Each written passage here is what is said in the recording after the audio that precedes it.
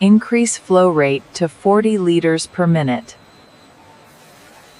Adjusting the dial now. Pressure stabilizing. Stability reading is fluctuating on the heat exchanger. Adjusting the flow rate now.